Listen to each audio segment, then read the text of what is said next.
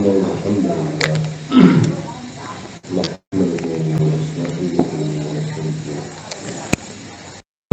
بالله من شرور أنفسنا ومن سيئات أعمالنا من يهده الله فلا مضل له ومن يضلل فلا هادي له أشهد أن لا إله إلا الله وحده لا شريك له وأشهد أن محمدا عبده ورسوله وبعد.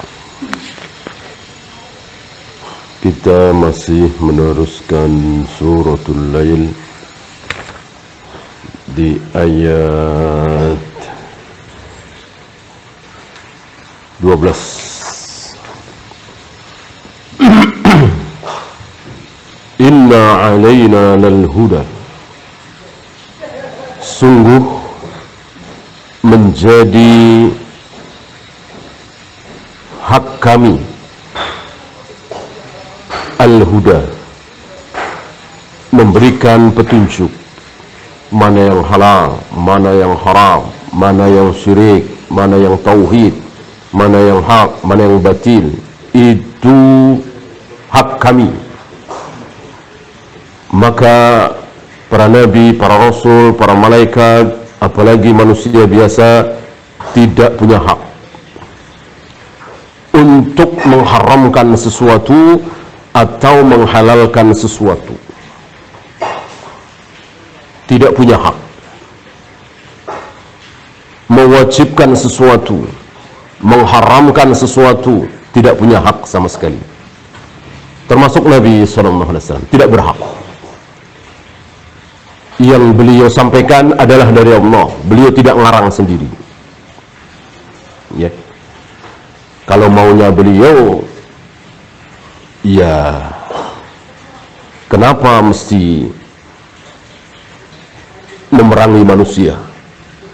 Ya kan? Beliau nggak suka, beliau nggak mau. Dan Allah tahu. Maka Allah katakan, kutiba alaikumul qital wa huwa kurhul lakum. Diwajibkan kepada kalian berperang, padahal kalian nggak suka. Gitu. Allah tahu kalian semua nggak suka berperang. Rasul, Abu Bakar, Umar, para sahabat nggak suka berperang. Barangkali sama dengan kita. Kalau kita disuruh milih gimana nih, perang apa damai? Ya, umumnya kita milih damai. Perang kan bunuh-bunuhan, pasti ada yang dirugikan, ada anak yang ditinggalkan oleh ayahnya, ada istri yang ditinggalkan oleh suaminya, ada ibu yang ditinggalkan oleh anaknya, ada adik ditinggalkan oleh kakaknya, dan seterusnya. Itu gara-gara perang kan? Pasti ada yang mati. Gak suka. Tapi terserah Allah. Perang yang rata-rata manusia tidak suka, Allah suka. Allah suka. Allah tidak minta izin kepada akal manusia. Terserah mereka gak suka, aku suka, kata Allah. Ini. Allah paling suka melihat pemandangan apa? Pasukan yang bersaf-saf. Ya.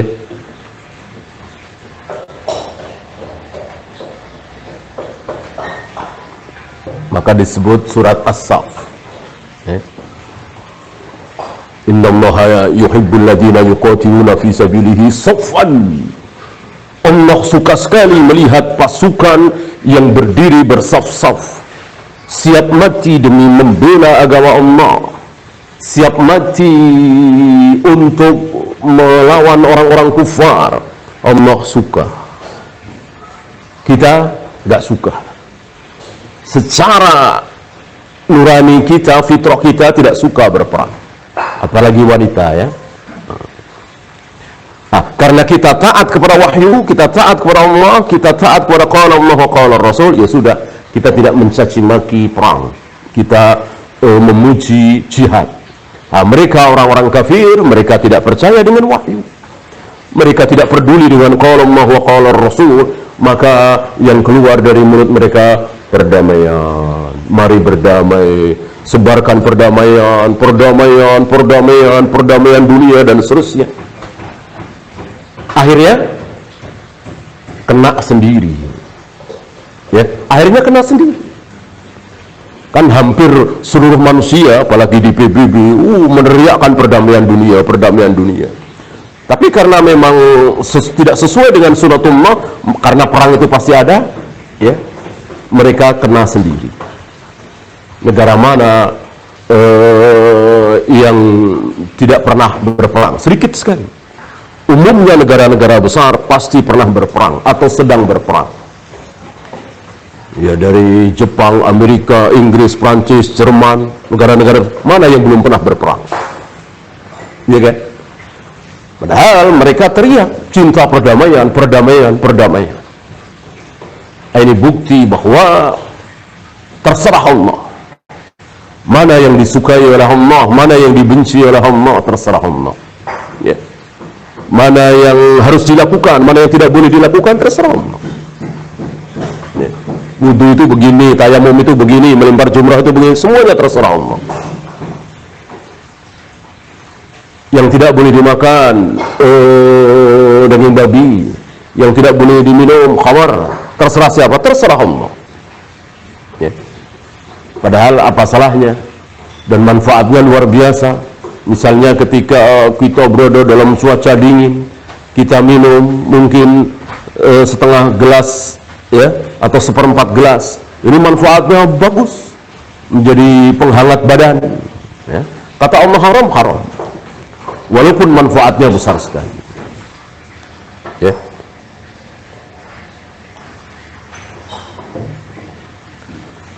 Apa salahnya anjing hitam? Ya. Apa salahnya ular? Apa salahnya tikus? Kan diciptakan oleh Allah. Ya, tiba-tiba kita disunahkan untuk membunuhnya. Ya, terserah Allah. Allah suruh bunuh, ya bunuh. Ini maksud inna alaina lal huda. Menjadi hak kami, huda itu, petunjuk itu milik kami, bukan milik yang lain. Ya. Wa inna lana lal akhirata wal ula. Akhirat, dunia, dua-duanya milik Allah. Dua-duanya yang mengatur adalah Allah. Siapa yang akan dibikin kaya di dunia, terserah Allah. Siapa yang akan dibikin miskin di dunia, terserah Allah. Siapa yang akan dibikin sengsara di akhirat, neraka, terserah Allah. Siapa yang akan dimasukkan ke dalam surga, terserah Allah. Semuanya terserah Allah. Ya.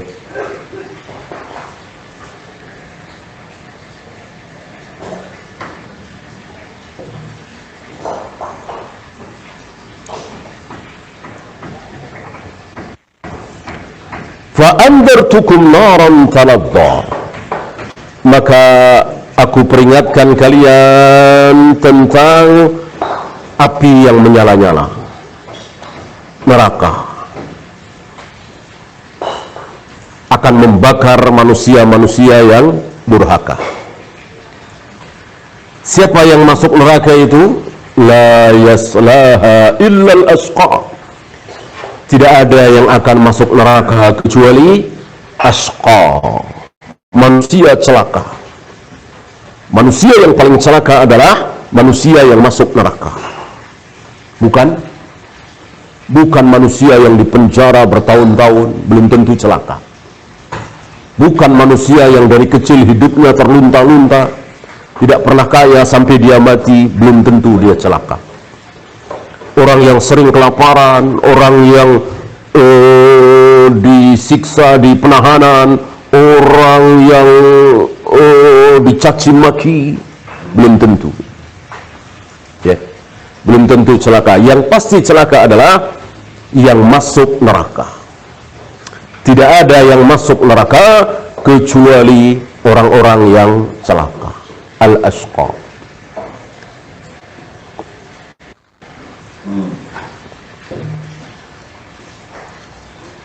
Alladzi kadzdzaba wa tawalla.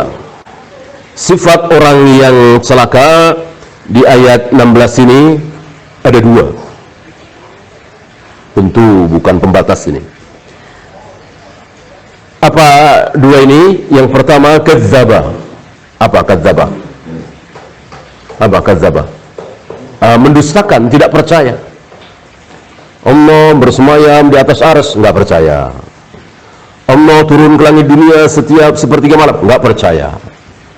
Allah kelak akan menggulung langit dengan tangan kanannya, nggak percaya. Jadi seolah ayat-ayat Allah itu, hadis-hadis Nabi itu harus sesuai dengan akalnya, harus sesuai dengan nuraninya. Ayah ibu Nabi Muhammad SAW masuk neraka kekal, nggak percaya. Ya, mosok tiga-tiganya Allah membuat manusia termulia di muka bumi sedih. Mosok nggak bisa nolong cuman ayah ibunya. Ya, katanya kan beliau punya syafaat. Yang nggak kenal saja kita sebagai umatnya saja dikasih syafaat, apalagi ayah ibunya, mosok nggak ada artinya apa-apa sebagai anak. Padahal sabda Nabi SAW, ayahmu dan ayahku sama-sama masuk neraka.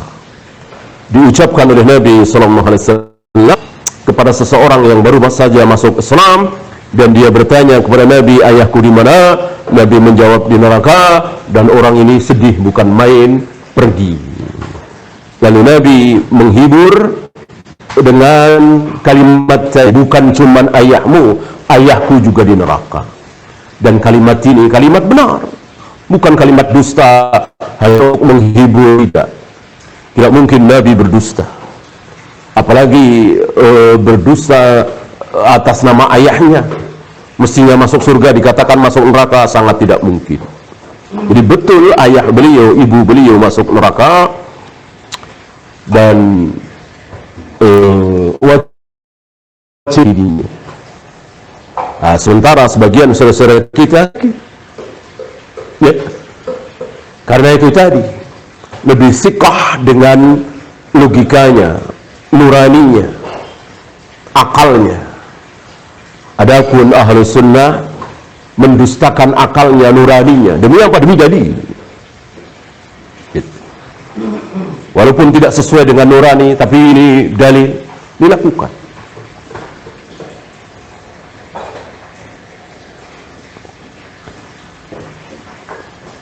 Wasayujannabuhal atqa, dan akan dijauhkan dari hanya kemana? Muannas kan?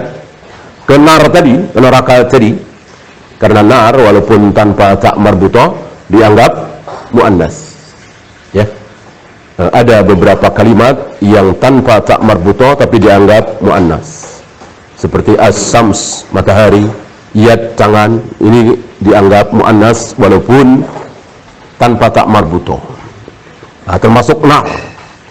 Wasayujannabuhal atqa, dan akan dijauhkan dari neraka itu siapa? Kalau masuk ke neraka siapa tadi? Asqa, celaka. Yang akan dijauhkan dari neraka siapa? Al-atqa, orang-orang yang bertakwa. Orang-orang yang bertakwa. Takwa itu di mana kata Nabi? Takwa itu di mana? At-taqwa hahuna, at-taqwa hahuna kata Nabi. At-taqwa hahuna, takwa itu di sini. Takwa itu di sini. Ya, berapa banyak orang yang wudu, yang sholat, yang haji, yang umrah, tapi dia tidak bertakwa. Kenapa?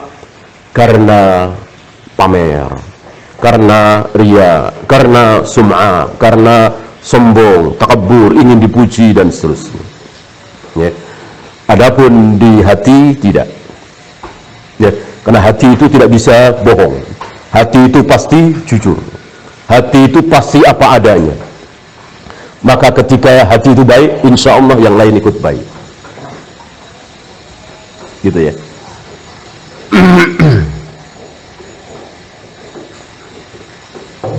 Hatinya tidak baik, tangan kakinya baik, percuma. Percuma. Siapa? Orang kafir. Orang kafir tangan, kaki, mata, lisan banyak yang baik. Nolong orang, sedekah, bantu orang yang kesusahan. Orang-orang kafir, tapi hatinya tidak baik. Orang kafir hatinya tidak beriman kan? Hatinya busuk, hatinya sakit. Oleh karena itu nanti di akhirat semua akan merugi, semua akan masuk neraka, semua akan disiksa. Illa man atallaha biqalbin salim. kecuali orang-orang yang datang menghadap Allah dengan membawa hati yang salim. Apa yang dimaksud salim di sini? Iman, beriman. Berarti kalau tidak beriman tidak salim, tidak sehat, sakit dia, kotor dia. Hatinya Fir'aun, hatinya Abu Jahal, Abu Lahab, hatinya orang-orang kufar, itu hati yang kotor, hati yang busuk, hati yang buruk. Walaupun tangannya baik, kakinya baik, lisannya baik, yang nggak ada gunanya di akhirat. Gunanya cuma di dunia.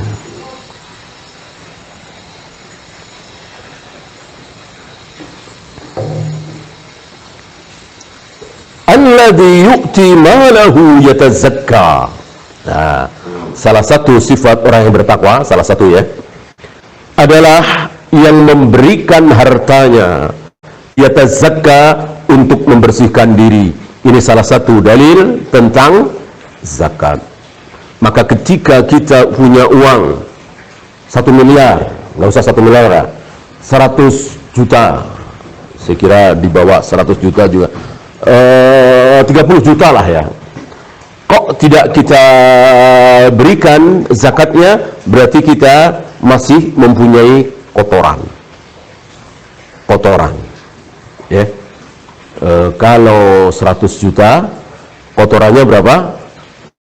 2,5 juta.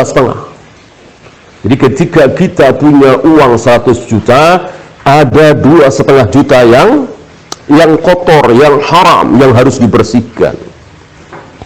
Maka jika uang 100 juta itu kita makan semua, kita pergunakan semua, tidak kita keluarkan zakatnya 2,5%, berarti kita memakan harta haram, harta kotor, 2,5 juta ya.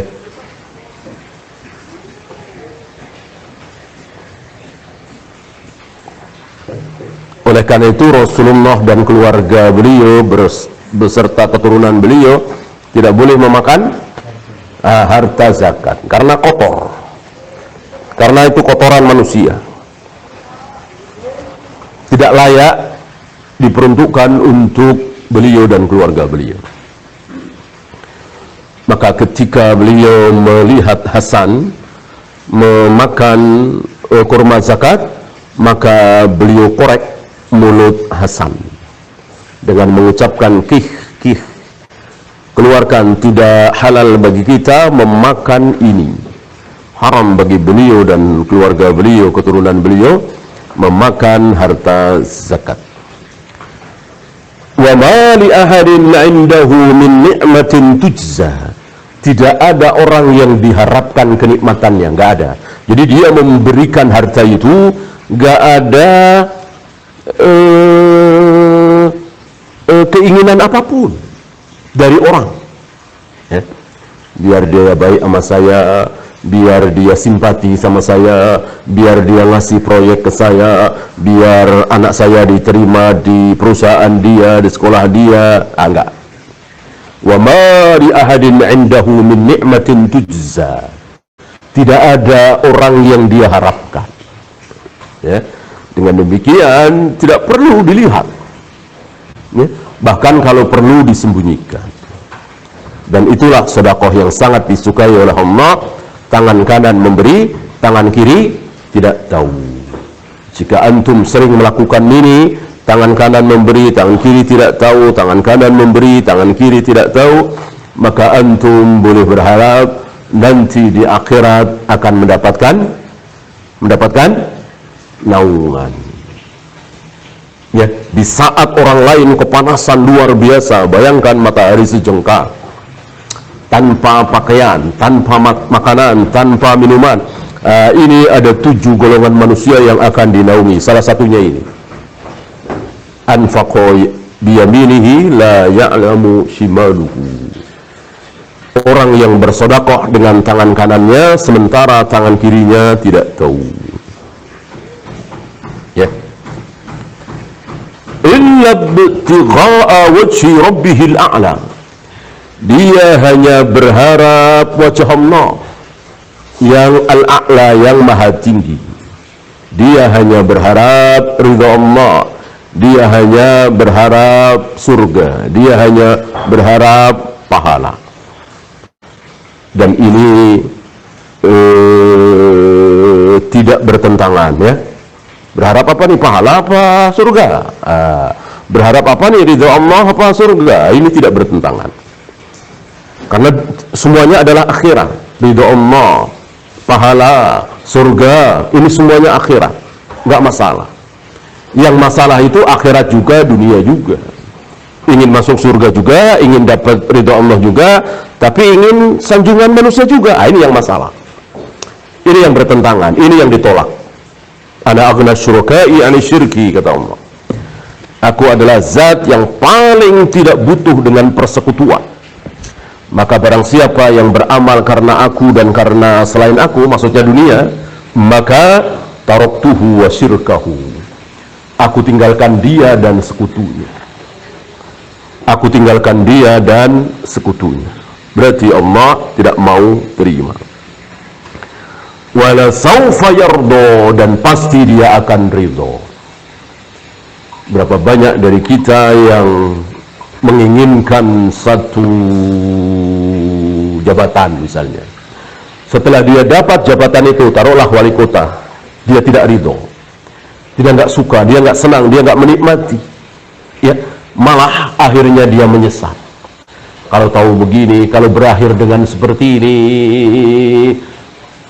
alangkah baiknya kalau saya tidak usah jadi wali kota.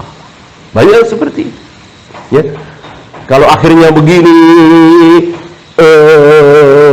alangkah baiknya seandainya aku tidak usah jadi menteri, tidak usah jadi gubernur. Banyak yang seperti itu. Sekarang sedang kita saksikan, ya. Saudara-saudara kita yang sekarang sedang mendekam di penjara itu karena korupsi itu, mereka insya Allah seandainya ditawari oleh Allah, seandainya hidup itu bisa diputar ke belakang lagi, engkau jadi gubernur seperti ini, di penjara seperti ini, atau enggak usah jadi gubernur saja, taruhlah pedagang kecil atau apa, tapi enggak di penjara, milih yang mana? Insya Allah mereka akan memilih jadi pedagang kecil saja, ya, karena kan luar biasa penderitaannya, luar biasa malunya, ya kan? Nah, inilah dunia, ya. Kita tidak tahu apa yang terjadi. Beda dengan surga, nggak ada orang masuk surga, ya kalau tahu begini mah biasa-biasa saja, nggak mungkin. Nggak ada orang masuk surga tidak berdecak kagum, nggak ada, ya. Nggak ada orang masuk surga tidak menikmati, tidak ada. Luar biasa kenikmatan surga.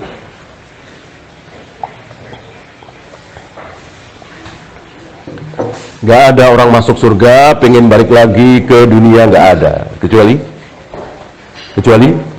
ada emang satu, kecuali yang mati syahid. Dia pengen balik lagi ke dunia, pengen apa? Pengen hidup lagi, pengen jihad lagi, perang lagi, pengen mati lagi, mati syahid lagi, lalu dihidupkan lagi, lalu jihad lagi, lalu mati lagi, dan begitu seterusnya. Kenapa? Karena luar biasa kenikmatan yang dia dapati hasil dari dia berjihad itu, ya. Jadi dia ingin balik lagi ke dunia bukan untuk menikmati dunia, bukan, tapi untuk kembali berjihad lagi. Saya bacakan beberapa hadis yang dibawakan oleh beliau. Di antaranya riwayat Imam Muslim, qala Nabi sallallahu alaihi wasallam, inna ahwana ahlin nari adaban, ahli neraka yang paling ringan siksanya adalah man lahu na'lani, orang yang memakai dua sandal, min narin, sandal itu dari api, dari neraka. Itu doang, ya. Artinya api itu tidak menimpa pahanya, perutnya, dadanya, lehernya, kepalanya, tidak. Cuman menimpa telapak kakinya, ya, berupa sandal. Ini siksa neraka paling ringan. Dari dia memakai sandal neraka itu, sandal api itu, yaghli minhuma dimaghuhu, ya, otaknya otaknya mendidih. Otak kan paling jauh, otak di kepala paling jauh dari telapak kaki, itu mendidih. Gimana lehernya, gimana dadanya, gimana perutnya, ya, gimana pahanya, gimana betisnya, kan lebih dekat lagi. Gitu. Memang yang terkena api itu cuman telapak kakinya, tapi panasnya seperti itu. Saking panasnya, otaknya mendidih. Ma yara anna ahadan ashadda minhu azaban, dan dia merasa tidak ada manusia yang disiksa sedahsyat siksa yang dia alami. Ya. Dia mengatakan dalam dirinya, enggak ada orang yang disiksa sedahsyat siksaku ini. Orang yang disiksa di neraka paling berat adalah aku, kata dia. Padahal paling ringan. Ya. Inilah neraka yang paling ringan.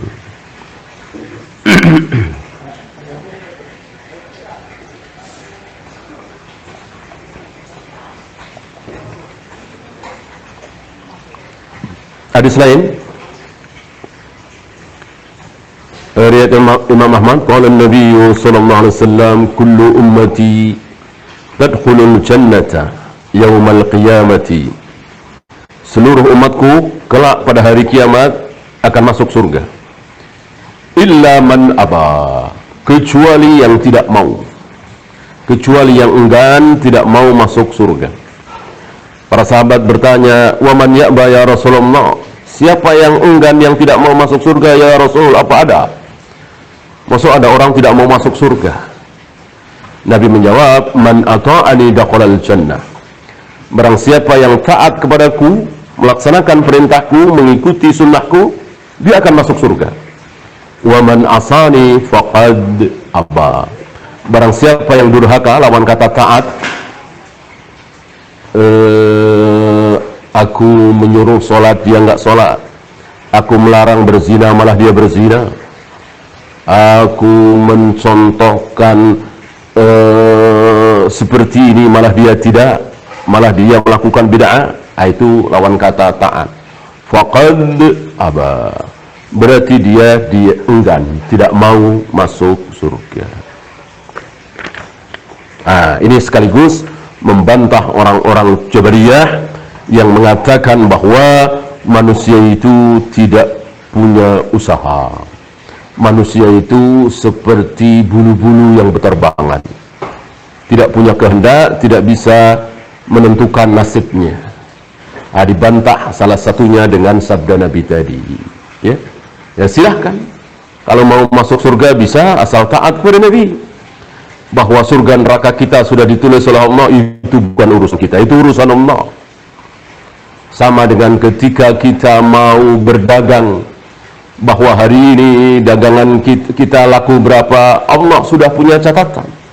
Tapi tetap kita gelar dagangan kita bikin harga yang murah supaya orang mau beli, kita layani dengan pelayanan yang bagus. Padahal kita tahu hari ini laku berapa Allah sudah tulis di Lauh Mahfuz, nggak mungkin lebih, nggak mungkin kurang. Kita tidak mungkin berpikir begini, hari ini Allah telah tulis dagangan saya laku berapa, taruhlah laku 10, ya. Dagang perabotan misalnya laku 10, mau harga berapapun laku 10. Daripada saya murahkan, mendingan saya mahalkan, ya kan. Mau murah mau mahal tetap 10, ya. Udahlah kita mahalkan saja. Satu barang 500.000, padahal di pasaran semuanya 100.000. Berani kita seperti itu? Tentu nggak berani. Walaupun kita yakin betul bahwa hari itu laku berapa sudah ditulis oleh Allah, tapi tetap kita nggak berani, kan? Orang semua di pasaran jual 100.000, kok kita jual 500.000, 700.000? Tentu kita tidak berani, ya. Sementara kita yakin bahwa hari ini kita laku berapa sudah ada catatannya, dan tidak mungkin gagal catatan itu. Tapi kan itu urusan Allah. Itu yang di depan mata dunia, apalagi surga neraka. Kita yakin seyakin-yakinnya bahwa kita akan masuk surga atau neraka sudah ditulis oleh Mahfud dan tidak mungkin batal. Tapi sekali lagi itu urusan Allah. Urusan kita, kalau kita ingin masuk surga, ya sholat, ya puasa, ya zakat, ya haji. Jangan berzina, jangan minum khamr, jangan berjudi, dan seterusnya. Ya. Jangan seperti kaum Jabariyah.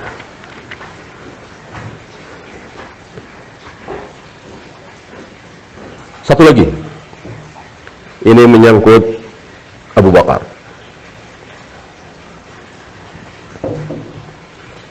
Qala Nabi sallallahu alaihi wasallam, ini riwayat Bukhari Muslim, man anfaqa zawjaini fi sabilillah, barang siapa yang menginfakkan dua pasang banyak artinya. Arti yang paling dekat adalah memberi, setelah itu memberi lagi, setelah itu memberi lagi, setelah itu memberi lagi, ya. Istilah dalam kaidah bahasa Arab zaujain, dua pasang. Fi sabilillah, di jalan Allah, maka da'adhu khazanatul jannah, maka dia dipanggil, ya Abdullah, wahai hamba Allah, masuklah ke dalam surga. Jadi masing-masing surga itu ada pintu sendiri-sendiri, ya. Ada orang yang ahli saum dipanggil dari pintu Rayyan, ya. Ahli saum maksudnya bukan puasa Ramadan, ya. Ya, ahli sholat sunat, dia dipanggil dari pintu situ. Ahli sedekah ada pintu tersendiri. Ahli Bakar bertanya, ya Rasulullah, ma'ala man yud'a minha daruratan wa hal yud'a minha kulluha ahad. Adakah seseorang yang dipanggil dari seluruh pintu, ya? Pintu sedekah memanggil, silahkan fulan masuk, ya. Ya, ambil contoh Abu Bakar, ini sudah jelas, ya. Wahai Abu Bakar, silahkan masuk surga dari pintu ini, kata pintu sedekah. Pintu sholat pun begitu, pintu puasa pun begitu, semua memanggil Abu Bakar. Ini atas hadis ini, ya Rasul, adakah orang yang dipanggil dari seluruh pintu? Nabi menjawab, wa arju an takuna minhum, aku berharap engkaulah salah satu orangnya, ya. Tentu harapan Nabi bukan harapan yang kosong. Insya Allah ini merupakan dalil bahwa Abu Bakar adalah manusia yang akan dipanggil dari seluruh pintu surga. Dan kedudukan Abu Bakar ini sulit dicontoh oleh para laki-laki, sementara mudah sekali ditiru, dicontoh oleh para istri. Untuk bernasib seperti Abu Bakar, dipanggil dari pintu mana saja, bagi seorang wanita, bagi seorang istri cukup melakukan 4 hal. 1, ayyumam ra'atin salat khamsaha, salat 5 waktu, ya. Wa shamat syahraha, puasa Ramadan. Wa hafidat farjaha, menjaga farjinya, menutup auratnya. Yang terakhir, wa ata'at zawjaha, taat kepada suami. Ya, lihat 4 ini, nggak ada jihad, nggak ada haji, nggak ada kesana kemari bawa bantuan untuk fakir miskin, nggak ada ngajar ilmu, ya. Cukup salat 5 waktu, puasa Ramadan, menjaga farji, taat kepada suami. Betapa Allah telah memanjakan para wanita, para istri untuk mendapatkan kebaikan besar, tetapi justru kemurahan Allah ini banyak disia-siakan oleh para wanita. Kita mendapati para wanita sholatnya luar biasa, puasanya luar biasa, bahkan lajar kesana kemari, bahkan membuat laki-laki iri dengan ilmunya dan seterusnya, tetapi banyak yang tidak taat kepada suami, tidak patuh kepada suami, sering menyakiti suami, dan seterusnya. Wallahu. Ya, itu saja. Ada pertanyaan, silakan.